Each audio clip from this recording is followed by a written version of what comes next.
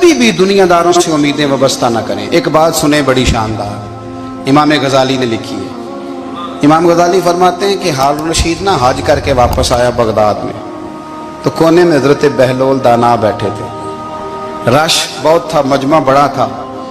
حضرت بہلول دانا بھی سڑک کے کنارے بیٹھے تھے، تو سپاہی کہنے لگے یہاں سے اٹھ جاؤ۔ فرمانے لگے ہارون رشید کی زمین نہیں، زمین میرے رب کی ہے، میں کیوں اٹھوں؟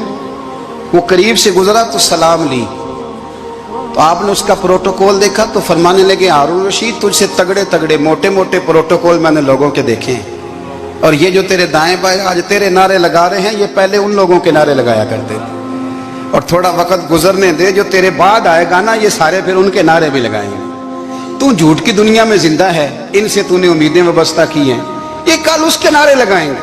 اس کے دل پہ بڑا اثر ہوا، گھوڑے سے اتر آیا، آگے کہنے لگا حضور آپ نے مجھے بڑی اچھی نصیحت کی ہے، میرا دل بڑا ٹھنڈا ہوا ہے، میں نے سنا ہے آپ مقروض ہیں، کچھ لوگوں کا قرض، تو مجھے کوئی حکم ہی کر دیں۔ آپ ہنسنے لگے، فرمانے لگے یار تو بڑا ہی بیوقوف ہے، بڑا ہی بیوقوف ہے تو، میں تجھے نصیحت کر رہا ہوں تو مجھے الجھا رہا ہے، حضور کوئی حکم کر دیں۔ کیا خوبصورت انداز ہے رب کریم کے بندوں کا۔ حضرت بہلول دانا فرمانے لگے تیرا رب کون ہے؟ کہا اللہ۔ تو فرمایا میرا کون ہے؟ کہا اللہ۔ فرمانے لگے یہ تو نہیں نہ ہو سکتا کہ اللہ ہارون رشید کو دیتا رہے اور بہلول دانا کو بھول ہی جائے، یہ تو نہیں نہ ہو سکتا کہ ہارون رشید کو دیتا رہے اور بہلول دانا کو بھول جائے۔ فرمایا اس کا دل، اس کا ارادہ ہوا، ارادہ قدرت ہوا کہ بہلول مقروض رہنا چاہیے، تو اگر رب مجھے رکھنا چاہتا ہے، دکھ قبول محمد بخشا راضی رہن پیارے، اگر وہ چاہتا ہے میں مقروض رہوں تو میں بھی چاہتا ہوں کہ میں مقروض ہی رہوں، یہ تو نہیں نہ ہو سکتا کہ تجھے دے اور مجھے نہ دے۔ فرمایا میری تجھ سے کوئی امید نہیں، مجھے جب بھی دے گا میرا رب بھی دے گا، اور وہ دے گا تو پھر انشاءاللہ خزانے کھول کے دے گا۔ دنیا داروں سے امیدیں وابستہ کرنا، لوگوں کے پیچھے، یہ چھوڑ دیں، آپ بے چین رہیں گے، بے قرار رہیں گے۔ اللہ والوں سے ضرور امیدیں وابستہ کریں، اس لیے کہ ان کے پاس جو کچھ ہوتا ہے وہ دراصل رب کا ہی ہوتا ہے۔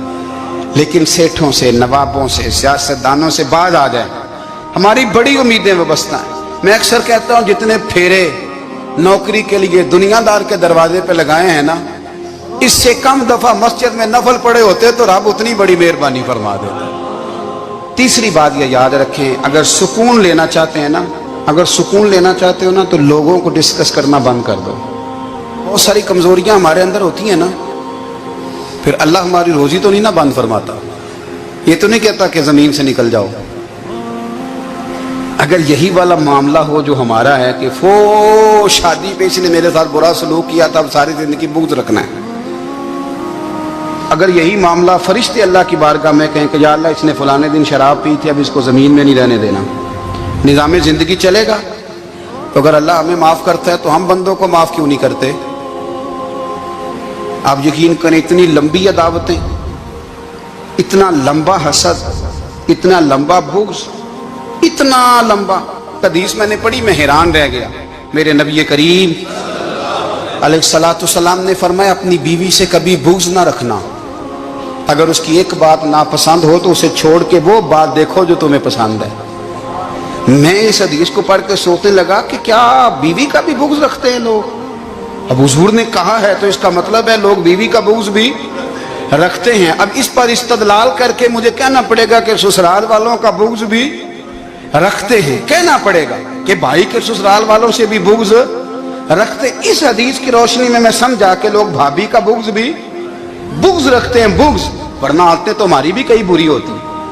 اگر عادات ایک وجہ بنے اختلاف کی تو عادتیں تو ہماری بھی کئی بری ہیں، لیکن ہم اپنی بری عادتوں سمیت اپنے آپ سے پیار کرتے ہیں، اور سامنے والے کی ایک بھی عادت بری ہو تو اس سے بغض رکھتے ہیں۔ بغض نہ پیدا کریں۔ میرے نبی پاک علیہ الصلوۃ والسلام نے فرمایا کچھ چیزیں تمہارے دین کو مونڈ ڈالیں گی، تباہ کر دیں گی، کاٹ دیں گی۔ حضور کون سی؟ فرمایا حسد، تکبر اور بغض، یہ تمہارے دین کو تباہ کر دیں۔ ہم بے چین اس لیے ہیں کہ ہم نے بہت سارے لوگوں کا بغض پالا ہوا ہے، اور ہر فیلڈ میں سیاستدان نے سیاستدان کا، ذاتیات پر اتر کے بات کرتے ہیں، معزز ترین لوگ، تاجر نے تاجر کا،